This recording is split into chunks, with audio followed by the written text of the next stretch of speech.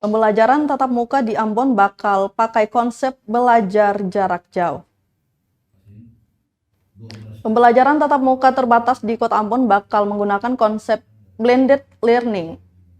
Kepala Dinas Pendidikan Kota Ambon, Ferdinantaso, menjelaskan yang dimaksud metode blended yang menggabungkan pembelajaran jarak jauh dan PTM.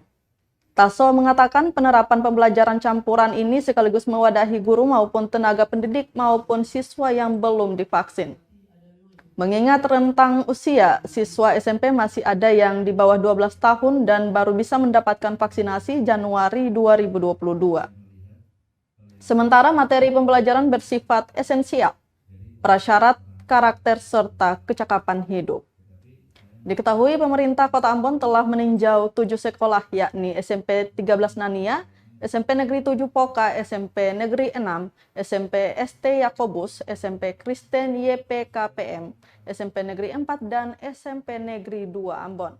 Sementara 5 sekolah lainnya bakal ditinjau besok, Selasa 28 Desember 2021. Satgas ini nanti mulai mengatur dari siswa masuk, kemudian Satgas, begitu pula sampai nanti PJJ, sedangkan begitu pula siswanya.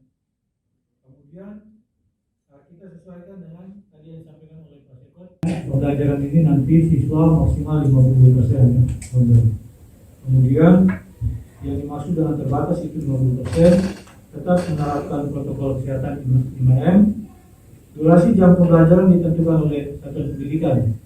Jadi kita menyediakan opsi untuk sekolah memilih sesuai dengan kebutuhan sekolah, apakah dalam seminggu 2 kali atau SIP A, SIP B, itu sekolah yang mengatur. Oleh Kepala Dinas Pendidikan. Terima kasih sudah nonton. Jangan lupa like, subscribe, dan share ya.